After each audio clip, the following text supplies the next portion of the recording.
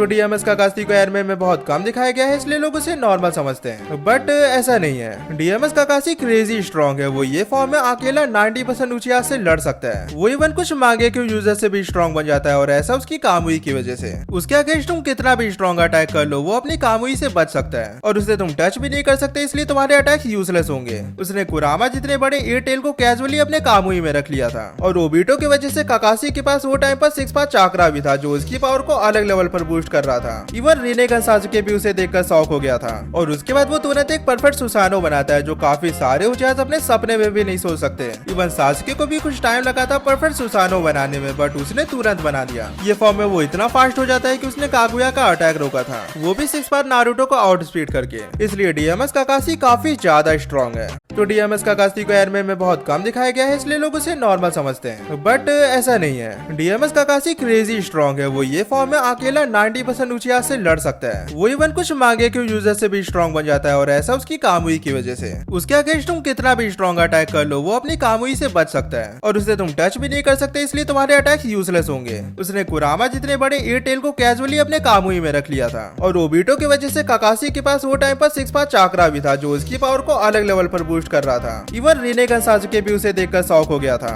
और उसके बाद वो तुरंत एक परफेक्ट सुसानो बनाता है, जो काफी सारे उचास अपने सपने में भी नहीं सोच सकते। इवन सासुके को भी कुछ टाइम लगा था परफेक्ट सुसानो बनाने में, बट उसने तुरंत बना दिया। ये फॉर्म में वो इतना फास्ट हो जाता है कि उसने कागुया का अटैक रोका था, वो भी 6 बार नारुतो को आउट स्पीड करके। इसलिए डीएमएस काकाशी काफी ज्यादा स्ट्रॉन्ग है।